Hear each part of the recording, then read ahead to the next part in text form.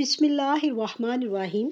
میں زینب ہوں، ایک ایسی عورت جس کی زندگی کبھی سادہ سی تھی، جیسے لاہور کی گلیوں میں بہتا ہوا کوئی پرسکون نالا، لیکن پھر ایک رات نے میری ساری زندگی کو ہلا کر رکھ دیا۔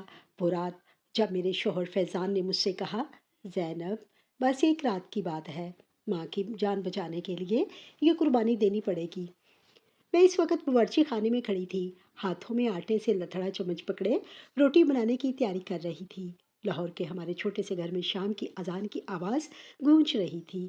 محلے کے بچوں کی آوازیں، سائیکلوں کی گھنٹیاں اور دور کہیں سے آتی موٹر سائیکل کی آواز فضا میں گل رہی تھی۔ یہ سب کچھ اتنا مانوس تھا کہ مجھے لگتا تھا کہ میری زندگی ہمیشہ ایسی ہی رہے گی۔ لیکن فیضان کی آواز میں ایک عجیب سی لرزش تھی جو میرے دل کو بے چین کر گئی۔ زینب، ماں کی حالت بہت خراب ہے، اس نے اپنی آنکھیں جھکاتے ہوئے کہا۔ ڈاکٹر نے کہا ہے کہ آپریشن کے بغیر وہ نہیں بچیں گی۔ میں نے چمچ ایک طرف رکھا اور اس کی طرف دیکھا۔ فیضان کا چہرہ پریشانی سے بوجھل تھا، اس کی آنکھوں میں وہ چمک نہیں تھی جو میں نے شادی کے دن دیکھی تھی، جب اس نے مجھ سے وعدہ کیا تھا کہ وہ میری عزت اور محبت کو ہمیشہ سنبھال کر رکھے گا۔ ہم کچھ نہ کچھ کریں گے فیضان، میں نے اس کے کندھے پر ہاتھ رکھتے ہوئے کہا۔ گھر کی چیزیں بیچ دیں گے، قرض لے لیں گے، ماں کو کچھ نہیں ہونے دیں گے۔ لیکن فیضان نے سر ہلایا، جیسے میری باتوں سے اسے کوئی فرق نہ پڑا ہو۔ میں نے سب کوشش کر لی زینب، بینک نے قرض دینے سے انکار کر دیا، رشتہ داروں نے منہ پھیر لیا، بس ایک ہی راستہ بچا ہے۔ وہ کیا؟ میری آواز بھی بے چینی گھل گئی۔ اس نے ایک لمحے کے لیے میری طرف دیکھا، پھر نگاہیں پھیر لیں۔ میرے باس مرزا صاحب، انہوں نے کہا کہ وہ پیسے دے سکتی ہیں، لیکن اس نے بات ادھوری چھوڑ دی۔ اس کی آواز میں ایک عجیب سی بے بسی تھی، جیسے وہ کوئی ایسی بات کہنے جا رہا ہو جو اسے خود کھا رہی ہو۔ لیکن کیا؟ میں نے اصرار کیا، میرا دل زور زور سے دھڑک رہا تھا۔ انہوں نے کہا کہ اگر تم ایک رات کے لیے ان کے گھر چلی جاؤ تو وہ پیسے دے دیں گے۔ میرے ہاتھ سے چمچ گر گیا، فرش پر اس کی آواز نے خاموشی کو توڑا۔ میرا دل جیسے سینے سے نکل کر زمین پر آ گرا۔ کیا کہہ رہے ہو فیضان؟ میری آواز لرز رہی تھی۔ تم مجھ سے یہ کہہ رہے ہو کہ میں زینب بس ایک رات کی بات ہے۔ فیضان نے میری طرف دیکھا، لیکن اس کی آنکھوں میں وہ محبت نہیں تھی جو میں نے اس کے وعدوں میں دیکھی تھی۔ ماں کی جان بچ جائے گی۔ میں نے آنکھیں بند کر لیں، میری ذہن میں ماں جی کی تصویر آئی جو ہسپتال کے بستر پر لیٹی تھیں۔ ان کی سانسوں کی آواز کمزور سے کمزور ہوتی جا رہی تھی۔ وہ ماں جو مجھے اپنی بیٹی کی طرح رکھتی تھی، کیا میں ان کی جان بچانے کے لیے یہ قربانی نہ دیتی؟ لیکن یہ قربانی، یہ تو میری اپنی عزت تھی، میری روح تھی۔ زینب پلیز۔ فیضان نے میرے ہاتھ پکڑ لیے، اس کے ہاتھ ٹھنڈے تھے، جیسے اس کی روح سے ساری گرمی نکل گئی ہو۔ میں تم سے وعدہ کرتا ہوں، یہ راز ہمارے درمیان رہے گا۔ میں نے اس کی طرف دیکھا، میری آنکھوں میں آنسو بھر آئے۔ تم مجھ سے یہ کیسے مانگ سکتے ہو فیضان؟ ماں کے لیے زینب، بس ماں کے لیے۔ اس کی آواز میں التجا تھی، لیکن اس کی آنکھوں میں شرمندگی کی جگہ ایک عجیب سی ضد تھی۔ میں نے اپنی آنکھیں بند کیں تو وہ دن یاد آ گیا جب فیضان نے میری مہندی لگی ہتھیلیوں کو پکڑ کر کہا تھا، زینب میں تمہیں ہمیشہ خوش رکھوں گا، تم میری عزت ہو۔ اس دن لاہور کی ایک چھوٹی سی مسجد میں ہمارا نکاح ہوا تھا۔ میری ماں نے مجھے گلے لگایا تھا اور کہا تھا، بیٹی فیضان اچھا لڑکا ہے، وہ تمہاری قدر کرے گا۔ لیکن آج اسی فیضان نے میری عزت کو ایک رات کے لیے بیچنے کی بات کی تھی۔ میں نے اپنی ماں کی باتوں کو یاد کیا۔ وہ کہا کرتی تھی، زینب زندگی ایک امتحان ہے، ہمت سے کام لینا۔ لیکن یہ امتحان تو میری روح کو کچل رہا تھا۔ میں نے فیضان کے ہاتھ چھڑائے اور باورچی خانے سے باہر نکل گئی۔ باہر صحن میں کھڑی ہو کر میں نے آسمان کی طرف دیکھا، ستاروں کی چمک مدھم تھی، جیسے وہ بھی میری حالت پر رحم کھا رہے ہوں۔ اے اللہ مجھے ہمت دے، میں نے دل ہی دل میں دعا مانگی۔ زینب کیا سوچا؟ فیضان نے پیچھے سے آواز دی۔ میں نے مڑ کر اس کی طرف دیکھا، اس کا چہرہ پتھر کی طرح سخت تھا۔ میں جاؤں گی، میری آواز میں کوئی جذبہ نہیں تھا۔ لیکن فیضان، یہ قربانی ماں جی کے لیے ہے، تمہارے لیے نہیں۔ اس کی آنکھوں میں ایک لمحے کے لیے شرم چلکی، لیکن پھر وہ خاموش ہو گیا۔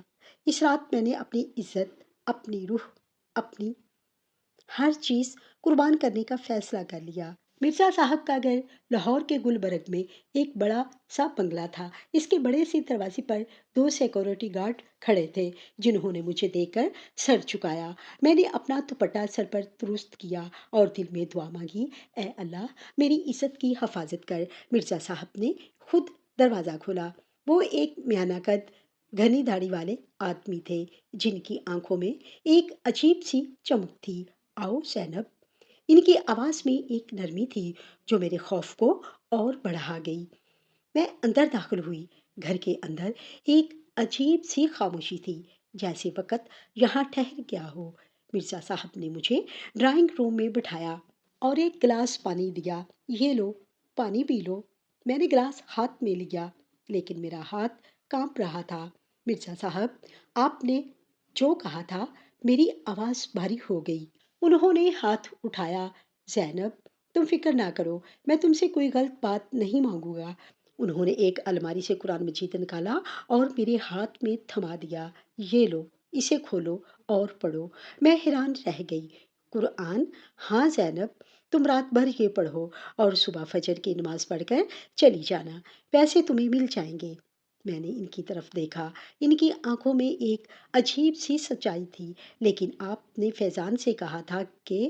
میں نے فیضان سے جو کہا وہ اس کی آزمائش تھی، اور شاید تمہاری بھی۔ انہوں نے ایک گہری سانس لی۔ میں ایک گناہ گار انسان ہوں زینب، لیکن اللہ سے ڈرتا ہوں۔ تم چاہو تو 3 راتیں یہاں رہو، بس قرآن پڑھو اور دعا مانگو، پیسے تمہیں مل جائیں گے۔ جب میں چھوٹی تھی، میری ماں راتوں کو جاگ کر کپڑے سیتی تھی۔ وہ کہتی تھی، زینب ایمان سب سے بڑی طاقت ہے، جب دل ٹوٹے تو اللہ کو پکارنا۔ ان کی باتوں نے مجھے ہمت دی تھی، اور آج اسی ہمت نے مجھے یہاں تک پہنچایا تھا۔ میں نے قرآن کھولا اور پڑھنا شروع کر دیا۔ رات گزر گئی اور مرزا صاحب نے مجھے ہاتھ تک نہ لگایا۔ وہ دوسرے کمرے میں چلے گئے۔ فجر کی اذان کے وقت میں نے نماز پڑھی اور دل میں ایک عجیب سا سکون پایا۔ میں نے اپنا دوپٹہ سر پر درست کیا اور دل میں دعا مانگی، اے اللہ میری عزت کی حفاظت کر۔ مرزا صاحب کا گھر لاہور کے گلبرگ میں ایک بڑا سا بنگلہ تھا، جس کا بڑا سا دروازہ جیسے کوئی راز چھپائے ہوئے تھا۔ دروازے پر 2 سیکورٹی گارڈ کھڑے تھے، جنہوں نے مجھے دیکھ کر سر جھکایا۔ ان کی خاموشی نے میرے دل کی دھڑکن اور تیز کر دی۔ میں نے اپنا پرس مضبوطی سے پکڑا اور آہستہ سے دروازے کی طرف چل پڑی۔ مرزا صاحب کے گھر کے اندر ایک عجیب سی خاموشی تھی۔ میں نے اپنا پرس مضبوطی سے پکڑا اور آہستہ سے دروازے کی طرف بڑھی۔ مرزا صاحب کے گھر کے اندر ایک عجیب سی خاموشی تھی۔ دیواروں پر لگے مہنگے پردوں اور چمکتے ہوئے جھاڑ فانوس نے مجھے یاد دلایا کہ یہ دنیا میری دنیا سے کتنی مختلف ہے۔ ہمارے چھوٹے سے گھر میں تو ایک پرانا سا پنکھا اور پلاسٹک کی کرسیاں ہی ہماری آسائش تھیں۔ وہاں ہر چیز چمک رہی تھی، لیکن اس چمک میں ایک سردی تھی جو میرے دل کو چھو رہی تھی۔ جب میں مرزا صاحب کے گھر پہنچی تھی، مرزا صاحب نے مجھے ڈرائنگ روم میں بٹھایا۔ ایک ملازم نے چاندی کے گلاس میں پانی پیش کیا۔ یہ لو، پانی پی لو۔ میں نے گلاس ہاتھ میں لیا، لیکن میرا ہاتھ کانپ رہا تھا۔ پانی پیتے ہوئے میری نظریں ان کے چہرے پر جمی رہیں، جیسے میں ان کی نیت پڑھنے کی کوشش کر رہی ہوں۔ میں خاموش ہو گئی۔ میرا دماغ سوچنے سے قاصر تھا۔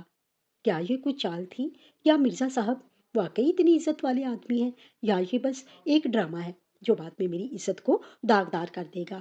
لیکن ان کی آنکھوں میں ایک ایسی سچائی تھی جو مجھے جھوٹ نہیں لگی۔ جب میں چھوٹی تھی، میری ماں راتوں کو جا کر کپڑے سیتی تھی۔ ہمارا گھر لاہور کے ایک چھوٹے سے محلے میں تھا۔ ایک رات جب میں 10 سال کی تھی، ماں نے مجھے اپنے پاس بٹھایا اور کہا، بیٹی ہمارے پاس کچھ نہیں، لیکن ہمارا ایمان کوئی نہیں چھین سکتا۔ اس رات انہوں نے مجھے قرآن کی ایک آیت پڑھائی تھی جو آج تک میرے دل میں گونجتی ہے، اِنَّ مَعَ الْعُسْرِ یسرا، بے شک مشکل کے ساتھ آسانی ہے۔ اسی ایمان نے مجھے آج یہاں تک پہنچایا تھا۔ میں نے قرآن مجید کو احترام سے کھولا اور سورہ یاسین کی تلاوت شروع کی۔ میری آواز کمرے میں گونج رہی تھی اور ہر لفظ کے ساتھ میرا دل ہلکا ہوتا جا رہا تھا۔ مرزا صاحب دوسرے کمرے میں چلے گئے۔ رات گہری ہوتی گئی لیکن مجھے نیند نہیں آئی۔ میں نے تلاوت جاری رکھی اور دل ہی دل میں ماں جی کے لیے دعا مانگتی رہی۔ جب فجر کی اذان کی آواز گونجی تو میں نے قرآن بند کیا اور وضو کیا۔ مرزا صاحب کے گھر کے ایک کونے میں ایک چھوٹا سا مصلی تھا جہاں میں نے نماز پڑھی۔ اذان کی آواز نے میرے دل کو ایک عجیب سا سکون دیا۔ جب میں نے سجدے میں سر رکھا تو میری آنکھوں سے آنسو بہہ نکلے۔ اے اللہ، میری ماں کو شفا دے اور میری عزت کی حفاظت کر۔ نماز کے بعد مرزا صاحب واپس آئے۔ زینب، تم آرام کرو، کل رات پھر آنا۔ انہوں نے ایک چھوٹے سے کمرے کی طرف اشارہ کیا جہاں ایک سادہ سا بستر تیار تھا۔ یہ تمہارا کمرہ ہے۔ میں نے سر جھکایا اور شکریہ کہا، لیکن میرے دل میں ایک عجیب سی بے چینی تھی۔ یہ سب اتنا آسان کیسے ہو سکتا ہے؟ کیا واقعی مرزا صاحب کی نیت صاف ہے یا یہ بس ایک ڈرامے کا آغاز ہے؟ رات بھر قرآن پڑھنے کے بعد جب اذان کی آواز گونجی تو مجھے اپنے محلے کی وہ رمضان کی یادیں یاد آئیں جب ہم سب مل کر تراویح پڑھنے جاتے تھے۔ ماں کہتی تھی کہ رمضان کی راتیں اللہ کی رحمت سے بھری ہوتی ہیں۔ آج وہ رات نہ رمضان کی تھی نہ تراویح کی، لیکن اس اذان نے مجھے وہی سکون دیا جو رمضان کی راتوں میں ملتا تھا۔ پہلی رات گزر گئی لیکن میرا دل ابھی تک خوف اور امید کے درمیان جھول رہا تھا۔ مرزا صاحب کے گھر کی خاموشی، ان کی عجیب سی نرمی اور قرآن پڑھنے کی ہدایت نے مجھے ایک عجیب سے جہان میں لا کھڑا کیا تھا۔ کیا یہ سب واقعی اتنا سادہ تھا یا یہ کوئی ایسی چال تھی جو مجھے بعد میں تباہ کر دے گی؟ لیکن جب فجر کی اذان کی آواز میرے کانوں میں گونجی اور میں نے سجدے میں سر رکھا تو ایک عجیب سا سکون میرے دل میں اتر آیا۔ شاید یہ اللہ کی طرف سے کوئی نشانی تھی۔ دوسری رات کو جب میں مرزا صاحب کے گھر واپس آئی تو میرا دل پہلی رات جتنا بے چین نہ تھا۔ میں نے اپنا دوپٹہ سر پر درست کیا اور دروازے پر دستک دی۔ اس بار مرزا صاحب کی بجائے ایک بوڑھی خاتون نے دروازہ کھولا۔ ان کا چہرہ جھریوں سے بھرا تھا لیکن ان کی آنکھوں میں ایک عجیب سی روشنی تھی۔ بیٹی، اندر آ جاؤ۔ ان کی آواز نرم تھی جیسے میری ماں کی آواز۔ آپ کون ہیں؟ میں نے حیرت سے پوچھا۔ میں مرزا صاحب کی والدہ ہوں، انہوں نے مسکراتے ہوئے کہا۔ تم زینب ہو نا؟ مرزا نے تمہارے بارے میں بتایا۔ میں نے سر جھکایا اور اندر چلی گئی۔ ڈرائنگ روم میں وہی قرآن مجید میز پر رکھا تھا جو کل رات میں نے پڑھا تھا۔ مرزا صاحب کی والدہ نے مجھے بٹھایا اور کہا، بیٹی، تم یہاں رات بھر قرآن پڑھو۔ مرزا نے کہا ہے کہ تمہارے لیے یہ بہت ضروری ہے۔ میں نے قرآن کھولا اور سورۃ رحمان کی تلاوت شروع کی۔ اس رات میری آواز میں ایک عجیب سی گہرائی تھی۔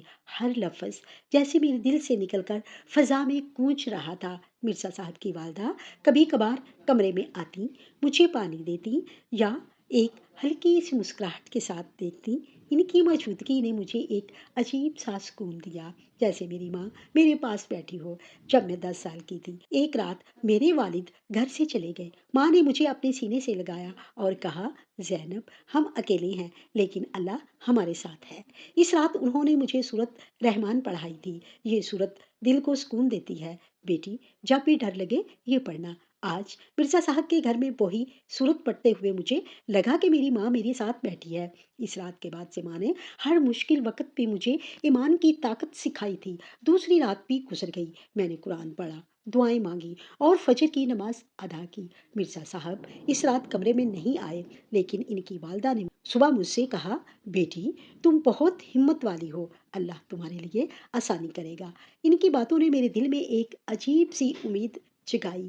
تیسری رات کو جب میں مرزا صاحب کے گھر پہنچی تو میرا دل پہلے سے ہلکا تھا۔ اب مجھے یقین ہو چلا تھا کہ مرزا صاحب کی نیت صاف ہے، لیکن پھر بھی ایک چھوٹا سا شک میرے دل کے کسی کونے میں چھپا ہوا تھا۔ کیا واقعی یہ سب اتنا آسان ہے؟ کیا پیسے واقعی مل جائیں گے؟ اور فیضان، کیا وہ واقعی ماں جی کی جان بچانے کے لیے یہ سب کر رہا ہے؟ اس رات مرزا صاحب خود کمرے میں آئے۔ انہوں نے ایک کرسی پر بیٹھتے ہوئے کہا، زینب، تم نے 2 راتیں قرآن پڑھا، کیا تمہیں سکون ملا؟ میں نے سر جھکایا۔ جی جی مرزا صاحب، آپ کا بہت شکریہ، لیکن میں ابھی تک سمجھ نہیں پا رہی کہ آپ یہ سب کیوں کر رہے ہیں۔ انہوں نے ایک گہری سانس لی۔ زینب، میں نے تمہارے شوہر کو آزمایا تھا لیکن شاید یہ تمہاری آزمائش بھی ہے۔ اللہ ہر انسان کو امتحان دیتا ہے۔ تم نے اپنی ساس کی جان بچانے کے لیے بہت بڑی قربانی دینے کا فیصلہ کیا۔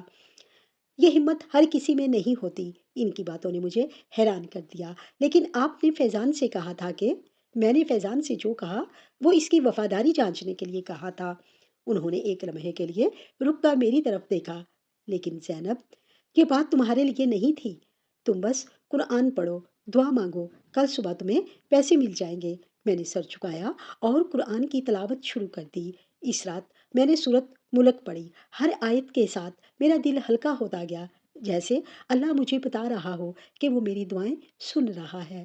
فجر کی اذان سے پہلے میں نے دعا مانگی، اے اللہ، ماجی کو شفا دے اور مجھے اس امتحان سے نکال۔ صبح جب میں نے نماز پڑھی تو مرزا صاحب نے مجھے ایک لفافہ دیا۔ یہ لو زینب، اس میں ماں کے آپریشن کے پیسے ہیں، لیکن ایک بات یاد رکھنا، یہ پیسے تمہاری قربانی کی قیمت نہیں ہے، یہ تمہارے ایمان کی عزت ہے۔ میں نے لفافہ لیا اور سر جھکا کر شکریہ ادا کیا، لیکن میرے دل میں ایک عجیب سی بے چینی تھی۔ یہ سب اتنا آسان کیسے ہو گیا؟ مرزا صاحب نے مجھ سے کہا، کل شام کو میرے دفتر آؤ، کچھ ضروری بات کرنی ہے۔ تیسری رات جب میں قرآن پڑھ رہی تھی تو مجھے رمضان کی وہ راتیں یاد آئیں جب ہمارے محلے کی مسجد میں تراویح کے بعد سب مل کر دعا مانگتے تھے۔ لاہور کی گلیوں میں افطاری کے وقت کھجوروں اور پکوڑوں کی خوشبو پھیل جاتی تھی۔ آج یہ رات رمضان کی نہیں تھی، لیکن اس گھر کی خاموشی اور قرآن کی تلاوت نے مجھے وہی سکون دیا جو رمضان کی راتوں میں ملتا تھا۔ تیسری رات کے ختم ہونے پر مجھے لگا کہ میرا ایمان پہلے سے زیادہ مضبوط ہو گیا، لیکن مرزا صاحب کی باتوں نے مجھے حیرت میں ڈال دیا تھا۔ ان کی سچائی نے میرے دل میں ایک امید جگائی، لیکن پھر بھی فیضان کے بارے میں ایک عجیب سا خوف میرے دل میں ابھر رہا تھا۔ کیا وہ واقعی وہی انسان ہے جو میں نے سمجھا تھا؟ تیسری رات کے بعد جب مرزا صاحب نے مجھے لفافہ دیا اور دفتر آنے کو کہا، میرا دل ایک عجیب سے خوف اور امید کے امتزاج میں ڈوبا ہوا تھا۔ لفافے میں پیسوں کی مقدار دیکھ کر میری آنکھیں پھٹی کی پھٹی رہ گئیں۔ یہ اتنی بڑی رقم تھی کہ ماں جی کا آپریشن تو کیا، پورا علاج ہو سکتا تھا۔ لیکن مرزا صاحب کی بات کہ کل شام کو دفتر آؤ، میرے دل میں ایک عجیب سی بے چینی چھوڑ گئی۔ کیا اب کوئی نیا موڑ آنے والا تھا؟ کیا یہ سب واقعی ختم ہو گیا تھا یا کوئی اور راز کھلنے والا تھا؟ اس شام میں نے فیضان کو فون کیا، فیضان، مرزا صاحب نے پیسے دے دیے ہیں، ماں جی کا آپریشن ہو جائے گا۔ میری آواز میں خوشی سے زیادہ تھکن تھی۔ اچھا اچھا زینب، فیضان کی آواز میں کوئی جوش نہیں تھا۔ کل شام کو مرزا صاحب نے دفتر بلایا ہے نا؟ میں بھی ساتھ چلوں گا۔ ہاں، انہوں نے کہا ہے کہ کچھ ضروری بات کرنی ہے۔ میں نے جواب دیا، لیکن میرے دل میں ایک عجیب سا شک جاگ رہا تھا۔ فیضان کی آواز میں وہ گرم جوشی نہیں تھی جو اس وقت ہونی چاہیے تھی جب اس کی ماں کی جان بچنے والی تھی۔ اگلے دن شام کو میں اور فیضان مرزا صاحب کے دفتر پہنچے۔ ان کا دفتر لاہور کے ایک معروف علاقے میں تھا، جہاں شیشے کی بلند عمارتیں آسمان کو چھو رہی تھیں۔ دفتر کے اندر چائے کی ٹرالی کی آواز، ملازمین کی چامگوئیاں اور فون کی گھنٹیاں ایک عجیب سا ماحول بنا رہی تھیں۔ ہم دونوں مرزا صاحب کے کمرے کے باہر انتظار کر رہے تھے۔ فیضان خاموش تھا، اس کا چہرہ پتھر کی طرح سخت تھا۔ فیضان، تم ٹھیک ہو؟ میں نے پوچھا، لیکن اس نے بس سر ہلایا اور نظریں چکا لیں۔ مرزا صاحب نے ہمیں اندر بلایا۔ ان کا کمرہ بڑا اور پرتعیش تھا، لیکن ان کی آنکھوں میں وہی سنجیدگی تھی جو میں نے ان کے گھر میں دیکھی تھی۔ انہوں نے ہمیں بیٹھنے کا اشارہ کیا اور پھر فیضان کی طرف دیکھا۔ فیضان، تم نے اپنی بیوی کو میری طرف بھیجا، کیا تمہیں شرم نہیں آئی؟ مرزا صاحب کی آواز میں غصہ تھا جو کمرے کی خاموشی کو کاٹ رہا تھا۔ فیضان نے سر جھکا لیا۔ سر سر میں مجبور تھا، ماں کی جان خطرے میں تھی۔ مجبور؟ مرزا صاحب نے طنزیہ ہنسا۔ تم نے اپنی بیوی کی عزت کو داؤ پر لگا دیا، صرف اس لیے کہ تم پیسے مانگ سکو۔ میں خاموش کھڑی تھی، میرا کلیجہ منہ کو آ رہا تھا۔ مرزا صاحب کی باتوں نے میرے دل میں ایک عجیب سا سکون برپا کر دیا۔ فیضان نے میری طرف دیکھا، لیکن اس کی آنکھوں میں کوئی شرمندگی نہیں تھی، بس ایک عجیب سی بے حسی تھی۔